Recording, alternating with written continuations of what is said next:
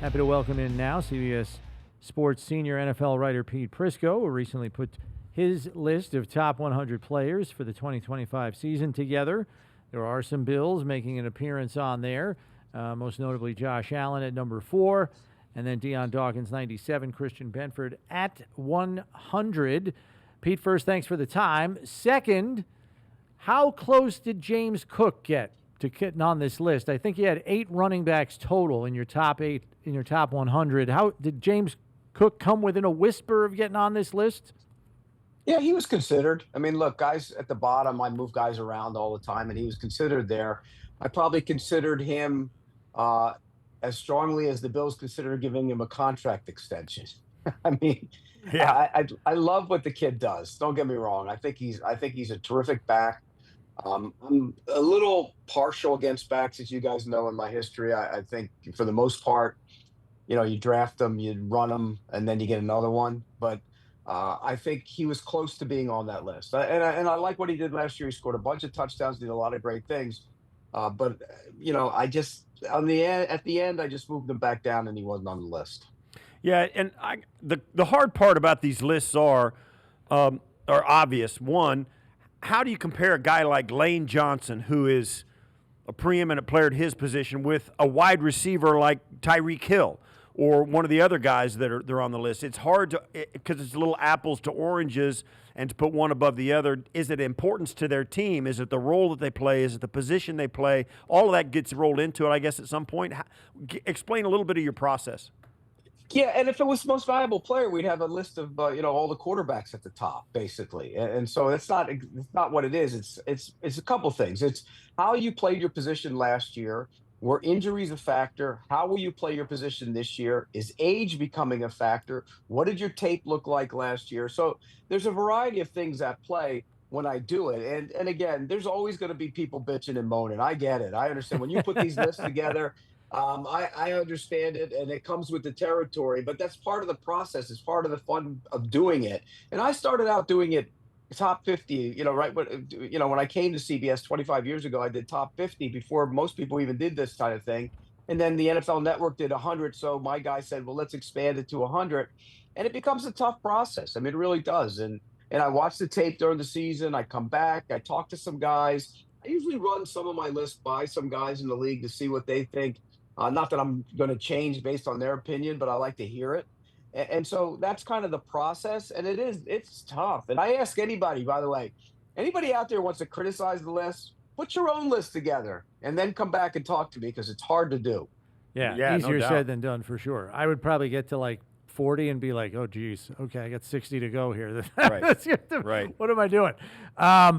What about, the thought about this? We saw Josh get the MVP last year, and you had him at number 4, and I'm wondering, because you have 2 other Bills on your top 100, but there are some people out there that felt that Josh got the MVP because they believe the Bills rely upon him and his exploits more than other teams do, like Lamar in Baltimore, because he has more quote-unquote all-pro talent around him. Mahomes on the defensive side of the ball probably has more all-pro talent around him. He's got McDuffie and he's got Chris Jones. And even Karlaftis is a nice player. So what do you think about that opinion that seems to be out there to some degree? Well, I think it's accurate. And by the way, Josh Allen, I am one of the MVP voters, and I voted for Josh Allen. Look, I've been a big backer of his for a long time since he came out. I mean, that's out there. You can go look it up. And I think he earned the right to be the MVP last year. And a lot of the reasons you point out, I mean, he didn't have a 2,000-yard back behind him like Derrick Henry, who would have been getting MVP or almost 2,000 yards. He would have been getting MVP type consideration in a normal year. And he, if Lamar's not his quarterback, he would. And so he doesn't have the defense stars that you talk about, and I think they've pieced it together, done a nice job there, but they've lacked for playmakers on that defense. So Josh has been asked to do a lot more, which is why he's the MVP. Now, a lot of people have pushed back on me, guys I work with. We've done some hits over the last couple of days on why I put Mahomes number 1. And the reason I put Mahomes number one, I know his numbers weren't great last year, but if you had a draft of every player in this league tomorrow afternoon, he'd be the first pick. 32 general managers, maybe not in Buffalo, but 32 general managers would take 31 general managers would take Patrick Mahomes. I think that's a given. And that's why he's the number one rated player. And look, could you make an argument for Josh Allen? Sure. Could you make an argument for Lamar Jackson? Yes. But in the end, I went with Patrick Mahomes number one, and Josh was number four. And there's some of these guys on here that, you start bouncing around to 32 different teams, and Buffalo fans aren't going to know who the great corner from Team A or Team B is. Give us some of your idea. Who is, in your opinion, when you put this list together, who have you gotten the most flack over? Well, I've gotten some flack on Penei Sewell, Right. where he was, which he was ranked at a pretty good high number. I don't understand why. So I got some pushback on him. I've gotten some pushback on not having Zach Allen, who I love, by the way, in the top 100, and from Denver. He could have earned a spot in there as well. So those are just a couple of the guys. And people arguing where guys are in the list, maybe, but for the most part, it hasn't been as bad as I expected. Jalen Hurts at 52 is one that I've gotten pushback on for a variety of reasons. I got that before, by the way. I did a list in the spring, and they went nuts on it in Philly. But my rationale is he's got the best team in the league. He's a good runner. He's a good passer. He's not a great runner. He's not a great passer. And he shows up in the big moments. But you go back to the regular season last year, he wasn't great in the regular season. So I think that's the reason he's a 52. I get a lot of pushback on Jalen Hurts. Yeah, I mean, if you think Lamar has a lot of talent around him, go look at what Jalen's got around him on both sides of the ball. I mean, it's ridiculous. They got the most. They got the most players on those lists. There's 10 of them. They're two offensive tackles. They're the two top-rated linemen on my list. I mean, Mailata and Lane Johnson are the two top offensive linemen on the list. And so you look at it, that makes it a lot easier. And Saquon Barkley's in the top 10. Yeah. He's got Saquon Barkley in the backfield, too. Don't forget that. I know recently you reviewed the 2022 draft class, which was a pretty fruitful one for the Bills outside of their top choice that year. And you bumped their grade up from what you had originally. I think it was from a B to a B+. In looking at the whole picture of that draft for the Bills, what was most appealing to you in terms of how it looks now, 3 years later? Well, I think when you go back and look at it, they missed on the corner in the first round, but that's offset by the fact that you get Benford where you got him. And I remember being at that training camp that year, and guys were talking to me about Benford, and I'm like, really? And they said, oh, yeah. They said he's going to be the real deal, and he ended up being the real deal. So that kind of offset the loss of missing on Elam. But I think the rest of that draft, I mean, they got players out of that draft, and so I'm a big believer in if you get starters and guys who can come in and play right away in a draft, and they all are doing something, or majority of them doing something, then you've had a good draft. So I think that draft was good. I love, by the way, I see you put up their draft this year. I love that draft. There's a lot of guys on that draft, on that board, that I really like. I mean, I think Hairston might end up being the best corner in the draft. And I know a lot of people say he was hurt. He's a little thin, but and he plays a different style than what the Bills normally do with their corners, although I do think they might be morphing a little bit to using him more in some man-to-man situations. The Walker kid, if he gets his head on straight and he's in shape, because he was hurt a little bit last year, he can be a factor in there. You get Sanders in the middle of that defense. They had issues on defense. You guys know that. Yeah. And I think they've done a really good job of addressing their problems on defense to the point where I think the defense is going to take big strides forward. Well, we've said it right when the draft happened. Brownie and I talk about this all the time, and I'll say it once more. Our listeners will probably be rolling their eyes. I've said it. It scratched a huge itch going into that draft. They drafted the right position, the right quality of player, the right type of player, all of that stuff. It really seemed to fit the pieces of the puzzle that they were missing on a defense that was bend, and bend last year. And the only reason the defense didn't break was because they were really good at getting turnovers. It's the one thing that kept that defense and really the team afloat. Even in the playoff win against Baltimore, it was the turnovers that really turned the tide defensively. And this draft, like you said, really hit the spot. Who knows if they're going to pan out? But for the time being, I think you're right. It did hit the right notes for this fan base and the club as well. Steve, they've gotten bigger. And that's been a problem of theirs for a while. And they've all admitted it. You talk to Sean, they had to get bigger. And it's been a problem for a while. And I think it sometimes stresses those defensive linemen that aren't that big because they don't have the big bodies in there. So, if they can get those big bodies to play like they think they can play, then I think that relieves some of the pressure in the middle of that defense. It'll free up the linebackers to run a little bit more, which needs to happen as well in the way they play defense. So I think getting bigger is better. And then the other side of that is adding Bosa. And Bosa in September doesn't matter. Bosa in January matters. And I think that's the kind of tactical approach they're going to take with him. He's going to be one of the most important guys in December and January when you need knock the quarterback down or get the ball out. That's when his importance is going to come into play. So I do like what they've done. I also like the Jackson kid from Arkansas. You put on his tape against Will Campbell. He did some really good things against Will Campbell when he played him. They had a good draft. They've improved their defense. Kincaid has to stay healthy. He was hurt all year. No, everybody hid that. You guys know that. They didn't say a lot about it. And I think when you look at the way they can get better, those are the things that get better. And the jump from year 1 to year 2 from some guys and year 2 to year 3, I think that's how the Bills will get better. Yeah, and much like in 2022, they drafted a corner in round 1 and then another one in round 6 in Dorian Strong. Looking at Bosa's presence also, since you mentioned him, last year, Greg Rousseau may have had the quietest productive season we've seen from him. 8 sacks, then led the team in tackles for loss, led the team in quarterback hits, led the team in forced fumbles. With Bosa's presence on the other side, how much do you think that could facilitate Rousseau taking another step and maybe getting to double-digit sacks?